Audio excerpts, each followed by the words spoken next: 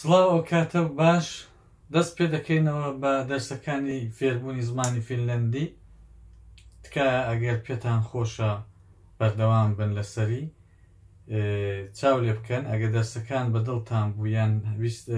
زانیتان شتێکی لێ فێر دەبن کۆمنتم بۆ بنووسن، ئەم بۆی کە لە داهاتوودا لەسەر کتێبێکی تایبەت کارێ دەکەین. نێو کتێبەکەشتان پێ دەڵم، لەگەڵ کتێبەکەش دەچینە پێشێ بە هەم بە شێوەیەکی ئاکادمیک بێ، هەمیژەوەی کە ئێوەش لێتان تێک نەچێ. بەڵام لە نێوان ئەو شتانەدا ڕۆژانە شتێک کە دێتە زەینی خۆم بابەتێکی گرنگ حتمما بۆتان باز دەکەم. ئەگەریش هیچ کەرکی لێ نابێن لەو ڤیددیوانە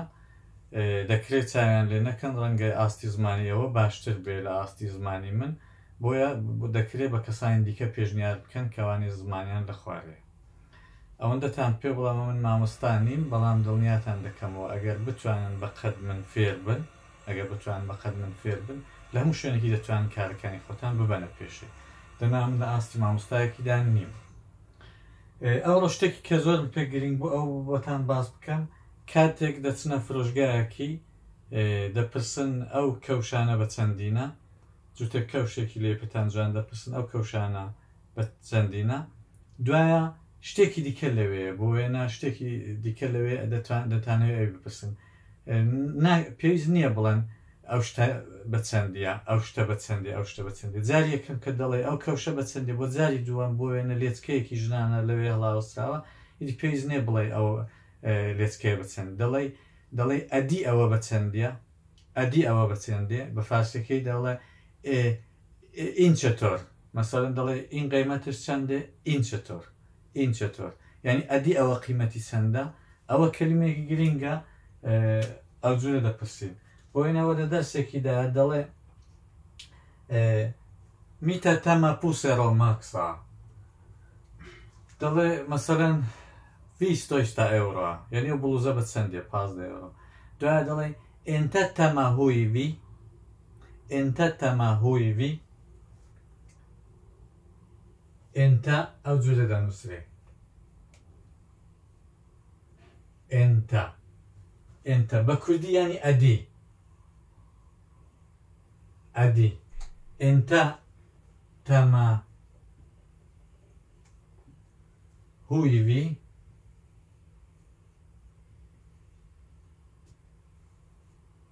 علامەتی پرسیار. هۆی وی یعنی لێچکە، لێچک، لێچکە. ئێنتە تەمە هۆی وی یعنی ئەدی ئەو لێچکەیە بە چەندیە، ئیدی پێ ناڵێن میکە تەمە هۆی وی ماکسا، دەڵێن ئێنتە تەمە هۆی وی یعنی ئەدی ئەو لێچکەیە. بە فارسی دەڵێن ئینچەتۆر، تقریبەنەوە معادل فارسەکەیەتی، ئینچەتۆر. مەسەڵەن بە فارسی کە دەڵێ ئەوە هەندێک لە فارس زمانەکانیش ویستیان فێر بن،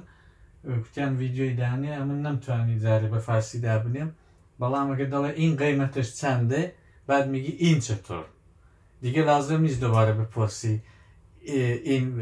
ڕووساری قیمەتش چەندێ، ئین قیمەت چەند، میگی ئینچەتۆر. سوالاتە بەدیل هەیە میگی ئینچەتۆر، ئینچەتۆر.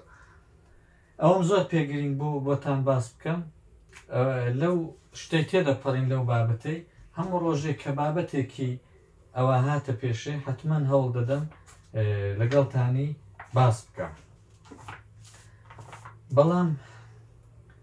هەندێک کەلیمەی دیکە هەنە کە ڕۆژانە پێویستە باسییان بکەین. ئەویش وەکو هەمووتان دەزانن ئەگە بڵێن ئەو شتە حتمما دەزان کە دەبێتە تەمە، تەمە یعنی ئەوە، تەمە یعنی ئەو شتە. ئین بە فارسیەکەی ئین. ئەگەر بڵێ لێرەدا، لێرەدا دوو حاڵەتمان هەیە، تەسەمان هەیە، تەلەمان هەیە.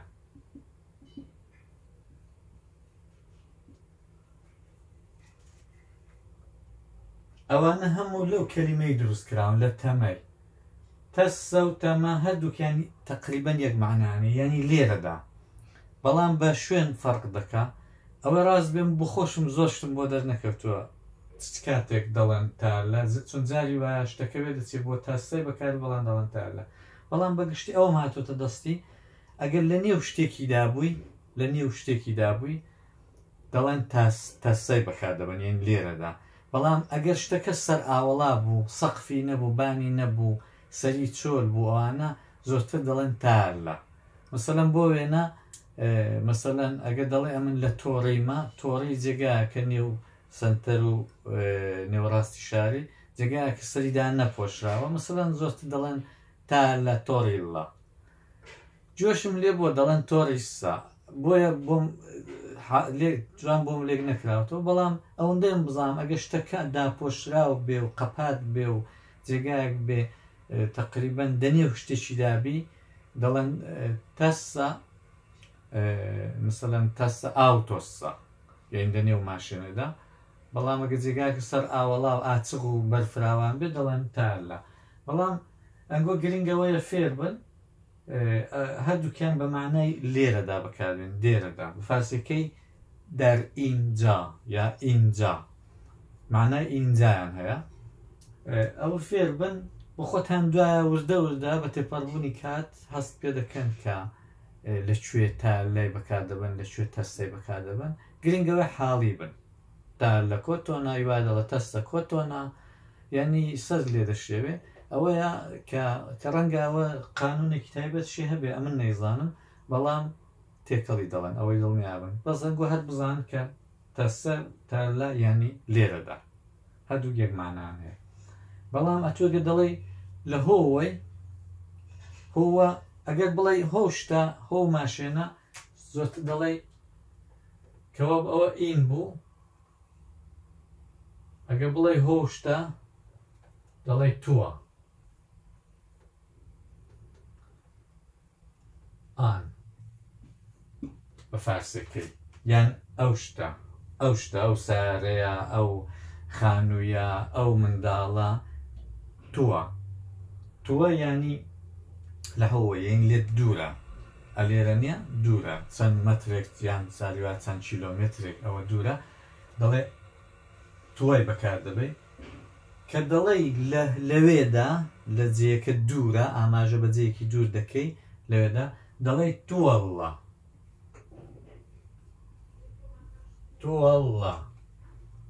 تووەڵڵە ینی لەوێدا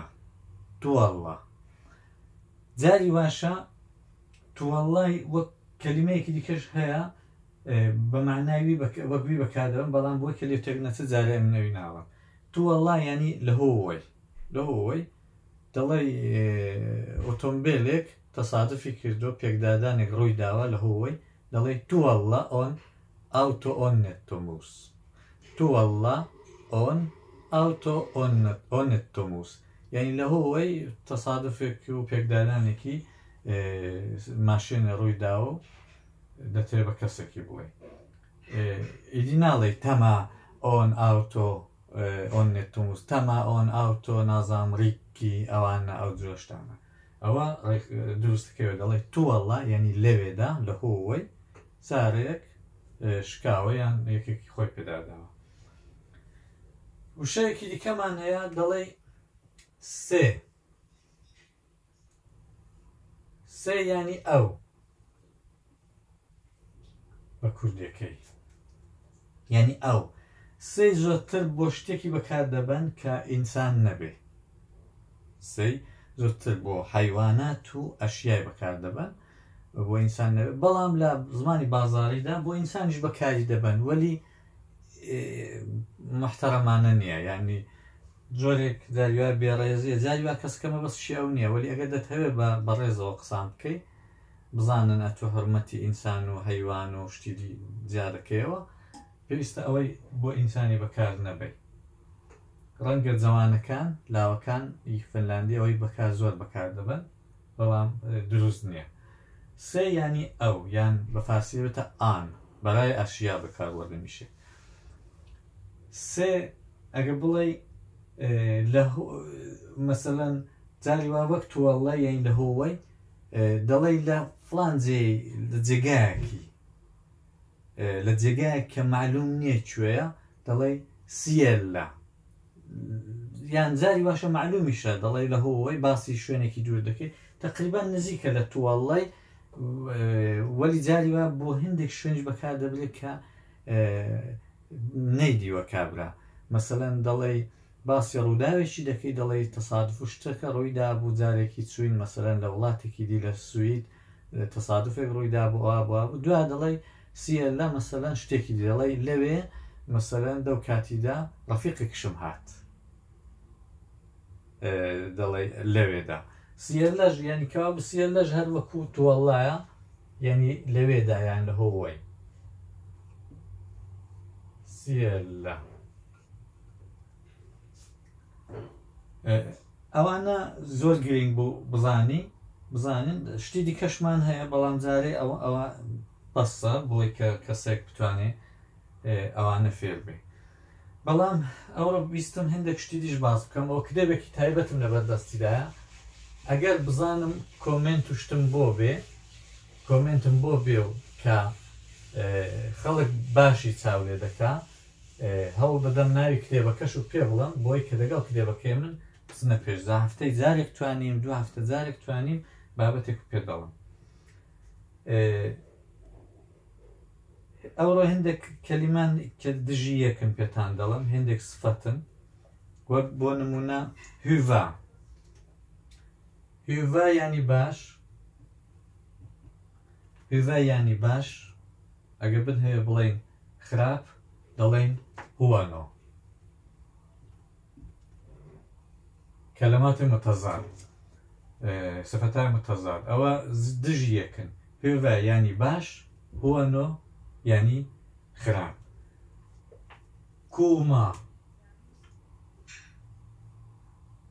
کوما بە شتێکی گەرم دەڵێن چاکی داغ خواردنێکی داغێک کە بێ بسووتێنێ ئەوەیە کوما ها دەنا ئەگەر هەر تۆزێک گەرم بێ یان گەرم بێ بەڵام نەتسووتێنێ دەڵێن لەمین ئەوە فەرقێ جوان ئەو جیاوازان دەبێت لێککەنەوە ئەگەر کوتت کوما ینی وەختە بسووتێ زۆربەی کوردەکانی مە ئەگەر فنلەندێک لیان دەپرسێ مەسەڵەن هاوین دەبێ بە فنلەندێکی دەڵێن تەنان ئۆن کوما هەمیشە بەمانای گەرم نییە کوما زەمانێک کە خەڵک لە گەرمان دوو دەقان لە دەرێ نەتوانێت تەحەمل بکە ئەوە دەڵێن کوما یعنی بێی بسووتێ لە هەندێک وڵاتان جوتان لێ بووە دەڵێ ئەخبار دەڵێ چەند کەس لەبەر گەرمایان بدن گەرماکەگە زۆر دەبێت یەکجار زۆر دەبێت بۆ وێنە لە ئەوروپایەگەر بگاتە 35 هەتا 40 خەڵک دەمرێ بەڵام 35 تا 40 لە کوردستان و ئێرانەوانە عادیە ڕەنگە لە ئێرانوانە بگاتە 50 خەڵک بمرێ پس کوما یعنی ئەو حەددا وەلی ئەگەر بە هاستەم گەرم دەبێ هاوینە خۆشە هەوای خۆشە و گەرمە و بە یەک تیشەتی دەگەڕێەوە پێی دەڵێن زۆرتر پێی دەڵێن لەمین ینی گەرمایەکی عادی تەحەمل دەکرێت پس کوما ینی داغ ئەگەر چاکە زۆر داغ بێت بیخۆ زمان پسووتێن دەڵێن کوما ئەگەریش سارد بێ زۆر سارد بێ دەڵێن کولما ئەوە دژیتی کولما یعنی ڕێک زیدی داغیە یعنی ساردێک کە بەڕاستی ساردە ها بەڵام ئەگەر ئێمە هاوینان کەلیمەی گەرم و سارد بەکار دەبین لەبیرتان بێ دوو کەلیمەی دیکەنە کە کوما و کولمەی بەکارمەبن ئەسلەن چون کولمە بۆ ئەو کاتەیە کە زستانێ دا هەتا 15 دەرەجەی سفری هەموو وڵات بەستەڵەکە و سەهۆڵبەندانە ئەوە بە تایبەتی مانجی ڕێبەندان کوماژ بۆ کاتێکی دەبێت کە بەڕاستی خەڵک کۆلێری هەڵکا خەڵک لە دەرێ 5 دقان تەحمل نەکا بێتەوە نێو زوو کۆلێری هەڵکا زوو بچێ مەلەی بکە ئایا بخۆی داکە هین داغ بێ بەڕاستی بەڵام ئەمە بۆ ئەو گەرما و سەرمای عادی کەلیمەی دیکەمان هەیە کەوەتان پێ دەڵم هاوینان ئەگەر هەوای بینی 15 تا 20 دەرەجە 25 دەرەجەش دەبێت دەڵێن لەمین ینی گەرمە گەرمایەکی عادی تەحمل دەکرێت و تیشەتێکی لەبەر دەکەیت و چێ دەرێ و ئەتو دەتوانین چەندین ساعت لە دەرێبی لەبەر تاوی هیچ خۆشە. دژی لەمینی کەلیمەیەکە زۆر کەس وایە دەبینی یەک زەڕە بە هاستان باەکی سۆزە باەکی دێت بە فنەی دەڵێ تەنان ئەن کولمە یانی سەهۆڵبەندان یعنی ئەم وڵات بەستوێتی دژی ئەگەر بتەوێ بڵێ دەبێ بڵێ فێنکە نابێ بڵێ ساردە لەو کاتانەدا بۆ وێنە فەسلی بەهارێت کەس بڵێ کولمە پێشی پێ دەکەن چون بەهارێ ئەوەندە سار نییە کە تۆ باڵتو ئەستور دەبەرکەی و وڵات بیبەستێ بەهارێ بەڵکو فێنکە کەلیمەی فێنک دەبێتە ڤیلەیەوە بزانم لێرەشدا نییە دوو ئی هەیە ئەو ئەمیش دارزا لێم تێک دەچێت ڤیلەیە دوو ئی هەیە ڤیلەیە ینی فێنک بە فارسەکەی خۆناک هەوایە خۆناک هەوایە گەرم خۆناک داغ سارد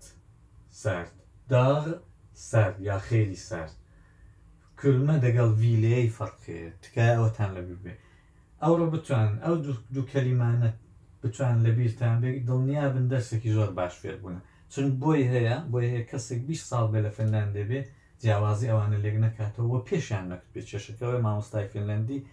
زۆر جوان جاریوایە لە بیری نابێ یا هەست پێ ناکە ئێوە ئەو ئیشتبایی دەکەن بەڵام من چون بوو خۆم خارجیم دەزانم ئەم ماوەیەکی زۆر بەکارم بە دوایە تێگەیشتم بۆ ئەوانە ئەوا دەڵێن ئەوە عیبێکە کە بووە من لەسەر باوەڕە هەمیشە مامۆستایەکی خارجی ئەگەر زمانی فینلەندی باش بزانێ جوانتر دەتوانێت خارجەکان فێری فینلەندی بکە تا مامۆستایەکی فینلەندی لەدا توشدا هەوڵی بۆ دەدەم لەسەر باوەڕی خۆشم سوورم کەوا بوو دیسان تکراری دەکەمەوە لەمین ینی گەرمێکی زۆر خۆش و حادی ڤیلەیە ینی فێنک هاوینان هەوای چۆستانی کوردستانی فێنکە کەس ناڵە سارد ئەو ساردەیە کە باڵتۆی لەبەرکی 5 دقان نەتوانین تحمل بکەی ئاوری بکەیەوە بەڵام فێنکە سەرمالێت داشتێکی دەبەر دەکەی بەسەر خۆدا چێ چۆستانم بەڵام ئەوەندەوانێک نییە کە تۆ ڕقەڵێ تو دەتوانین دایان سعات لەو فێنکەی ئیسفادە بکەی و تام چێ ژۆرگیری کەوا بوو گەرم فێنک داغ کە دەسووتێنێ کولمە یعنی وەکو سەهۆڵبەندان ئەوە زۆر گرنگ بوو دوای ئەمە کە وشەیەشی دی بەکاردێین بزانین دەیبینێ کامێرایەکە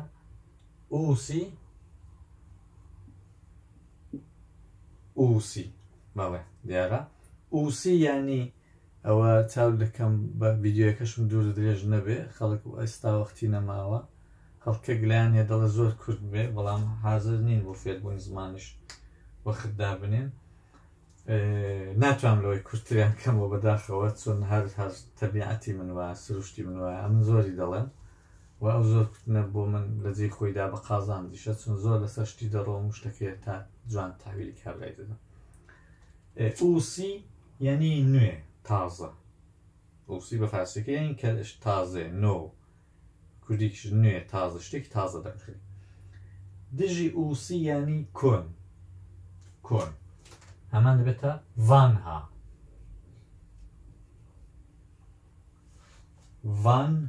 یعنی کۆن کوردەکانی ئێرانێ ئەوەتان لەبیر بێ کوردی عێراقی و باشوور ئەوانە باشترن کرمانجەکانیش باش جیاوازی vê و wêی دەکەنەوە کوردەکانی ئێران لەبیرتان بێ بەوەی نابێ بڵێن وانها هەر پیتی وێ یا حرفی وێ لە زمانی فینلەندیدا بوونی نییە تەنیا vê هەیە vê ددانی سەرەوەتان دەی بە لێی خوارەوە بنووسێ vê وەکو دەڵێی ئەڤین نا ئەڤین هەڤژین ئەو ددانی سەرەوەتان ڕزدانی سەر بە لێی خوارەوەتان بنووسێ کەوا بوو دەڵێن vanha یعنی کۆن سەعاتی کۆن سەعاتی تازە بەڵام vanha بۆ پیریش بەکاردێ بۆ پیریش بەکاردێ یا بۆ بەتەمەنتر مەسەلەن دەڵێ دوو منداڵم هەیە مەسەلەن دەڵێن van hempi پۆیکا یعنی کوڕە گەورەکەم یعنی چەند ساڵێک بەتەمەنترە کۆنترە دەواخەدا بۆیش بەکاری دەبن vanha هەنۆن vanha ئیهمینێن یعنی ئەو کەسێکی پیرە وەکو پیرە مێرد و پیرە ژنۆوانە کەوا بوو vanha بۆ پیری بەکار دەبردرێن بۆ کەمێک سنی لەسەرەوەی کەمێکی دیکە بێ منداڵەکەی دیکە بێ کەمە گەورەتر بێ ناڵێن زۆر چار ناڵێن ئیسۆمپی ئەگە گەورەتر بێ دەڵێن van hempi یعنی بەتەمەنتر جا 2 ساڵم کوڕەکەی من 4 ساڵ لەویدیم بەتەمەنترە دەڵێن van hempi پۆیکانی یعنی کوڕە گەورەکەم ئوسیش یعنی تازە ئەگەر ئوسی بەتەنێ بۆ یەک کەلیمەی بەکاربن مەسەن بڵێن سەعاتی تازە دەڵێن ئوسی کێڵۆ بەڵام جاری وایە دەڵێن ئەو شتە تازەیە زۆر تازەیە دەڵێن ئوتا ینی ئوتا هەمان ئوسیە بەڵام کاتێک کە ڕێژەی شتەکەی دڵنیانی چەند تازەیە و چەند لە مێژە تازە چەندە تازە ینی زۆر دڵنیانی ئوتا هەمان پارتی تیویە کە دوای بەکاری دەبین زۆر لەسەر دەڕۆین بەڵام ئێستا هەر ئەوەندەی فێر بن کە ئوتا هەمان ئوسیە بانای تازەی دەدات ئوتا بەڵام جۆرێک مەفعولی پارتی تیویە کە دوای قسەی لەسەر دەکەین ئەوە بۆ ئەوڕۆ بەس بێ دیارە دڵیشم نایە چەند کەلیمەیەکن بەکاریان نەهێنم با ئەوانەش بڕۆن قەیدینە با کاتەکەمان زۆر بگیرێ بەڵام پێتان خۆشە دەتوانە ڤیدیۆیانە لە نێو ئۆتۆمبیلشدا کە دەستنە جێگایەکی بەکاری گویان لێ بگرن و هەر پێویست نییە هەمیشە چاوی لێ بکەن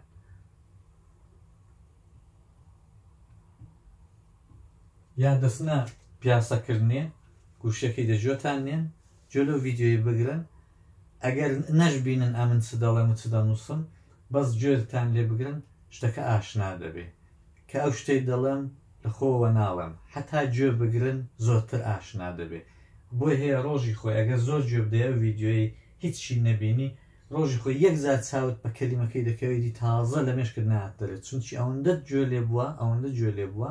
فێری دەبی جا بۆیە پێویست نییە هەمیشە وەختوە بێت چاوی لێ بکەن ئەگەر ژنن دەتوان خەریکی چێژ لێنانێن دەتوان ئەو ڤیدیۆی هەڵکەم مۆبایلەکەتان دانێن و گوێی لێ بگرن پێویست نیە 100 تا 100 حاڵی بنیا گوێ لێ بگرن بەڵام هەر گوێی لێ بگرن جارێکی تکرارکەنەوە چ دەکەن وەشی گوێ لە گۆرانێکی دەگرن دەتوان گوێ لەوەش بگرن و تکراریکەنەوە زۆربەی کەس خەڵکیمە گۆرانەکانیان خۆ گوێ لێ نەگرتووە کە فێری بن بەس هەر بۆ وەخت گوزەراندنێ بووە بەڵامە تو پاش ماوەیەکی چاو لێ دەکەی گۆرانێت هەم وەزبەرە هیچ بوێ کە هەڵیشت بۆ دای وەزبەرکردنی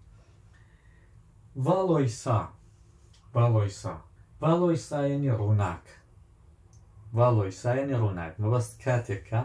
هاوینان ئەو نییە شەو تاریک نابن دەڵێن ڤالۆیسا وڵات زۆر ڕووناکە بەڵام زستانە وڵات هەر تاریکە هەتاگە ڕۆژیش بێت ڕووناکایەکە ئەوەندە زۆر نییە بەڵام هاوینان وڵات زۆر ڕووناکە دەڵێن ڤالۆیسا پایبە هێنی ڕۆژێکی ڕووناک ڕۆژێکە وڵات گەش و ڕوونە ڤالۆیسا دژی ڤالۆیسای دەبێتە تاریک بە فینلەندی دەڵێن پیمەیە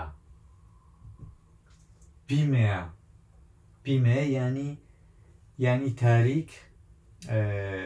وڵات تاریکە مەسەڵەن ئەو ڕۆژانی زستانان کە هەور و هێڵە ئەو دەمیش دەڵێن پیمەیە پایبە ینی وڵات تەقریبەن ڕووناکایی نییە ئەوە پێ تاریکیش بێ دەڵێن بە تاریکیش هەر دەڵێن تاریک ئەگە زۆر تاریکیش بێ کەوا بوو زستانان زۆرتر فینلاندی دەڵێن پیمەیە هەوا هاوینانیش دەڵێن ڤالۆیسا زستانان کە زۆرتر هەور و هێڵە دەڵێن پیمەیە ئەوەشتان لەبیر بێ ئەگەر زۆر بڵێ پیمەیە سووەمیۆن پیمەیە یا سووەمەساون پیمەیە ئایناون پیمەیە ئەوە تۆزێک وەکو جنێ و یان وەکو بێ هەڕمەتی بە فینلەندیان بە وڵاتەکان بەکاردێ پیان ناخۆشە بۆیە وشەیەکی باش نییە بەکاری ببەی هێندە بۆ خۆشیان بەکاری دەبن بەڵام ئەگەر هیوادێ حەزێتیان کە مێنەنیان لە وشەی بەکار دەبا کە ئەوە ڕقل لێ هەڵدەگرن ئەم پێما بەکاری نەبەی و دوای وەش کەلیمەیەکی دیکەش کە تازاویش هەر دەڵێم و بە ڕەت نەبین کاونیس یعنی جوان کاونیس یعنی جوان کاونیس دژی کاونیسی یعنی ڕووما یعنی ڕووما یعنی ناحەز پیسیش دەکرێ بڵێ بەڵام پیس زۆتر ئەوەیە کە شتێکی پیسی بەسەداڕژاوێ و پیس بوو بێ بە قوڕ بوو بێ چڵکن بوو بێ بەڵام ڕووما یعنی ناحەز نالەبار ئەوە کاونیس مەسەلەن دەڵێ ماشێنێک کاونیسا یان شتێکی کڕیوە کاونیز یان کچێکی جوان دەڵێ کاونیز بەڵام لەبیرتان بێ بۆ پیاوی جوان و بۆ پیاوی شیک ناڵێن جوان کچی جوانی بۆ کچان بەکادەم بۆ کچی و ژنان بۆ پیاوی دەڵێن کۆمەیە یعنی وابزانم لە باشوور دەڵێن پیاوێکی قۆزە ئێمە لە ئێران دەڵێن پیاوێکی شیکە خۆشتیپە بۆی دەڵێن کۆمەیە ئەو بۆ پیاوان ئەوەتان لەبیر بێ و بۆ ئۆتۆمبیلیش زۆرتر دەڵێن کۆمەیە ئاوتۆ ئەمن وان بیستومە دەڵێن کاونیز ئاوتۆ وەلی زۆرتر کۆمەیان بیستۆ با دەرسەکەمانەوە ئەوەندە بێ هەوڵ دەدەم دەرسەکان دەێژە پێ بدەم تکا ئەو ڤیددیوانە لای خۆتان بە هاوڕێکانتان نیشان بدەم بڵای بکەنەوە ئەم وا دەکەم ڤیددیۆکانم ماینۆسیان دەنێواندا نەبێ بۆی کە ماندوو نەبن بە ماینۆس خەتەکردنێ وایل دەکەم پێیان دەڵم بە یوتوبی مەبەستی میژ لە ڤیددیوانە ئەوە نییە دڵنیابن کە پارەی کۆ بکەمەوە ئەگەر هەموو کوردی فینلاندێش چاوی لێ بکەن ئەوەندە نابێت کە یوتوب پارەی بدا بە من جا دڵنیام ئەگەر لە هەموو کوردەکانی فینلاندی ئەگەر یا 5% ئەگەر چاوی لێ بکەن زۆر کەسە نازانێ ئەو شتانەوە کەوا بوو هیچ پارەیەک نایەتی ژیرفانی من تەنیا پێم خۆشە شتێکی کە دەیزانم بیدەم بە خەڵکی لە ژیانمدا بۆی گەیشتوم کە ئەگەر ئەتوو خەڵکی فێرشتی بکەی خەڵکیژە تو فێرشتی دەکە دوای وەش هەموو نەتەوەکانی لە ئینتەرنێتێدا بەڕادەی پێویست بابەت و شتیان هەیە تەنیا کوردین کە شتمان کەمە بۆیە پێم خۆش بوو یارمەتیتان بکەم ئەگەر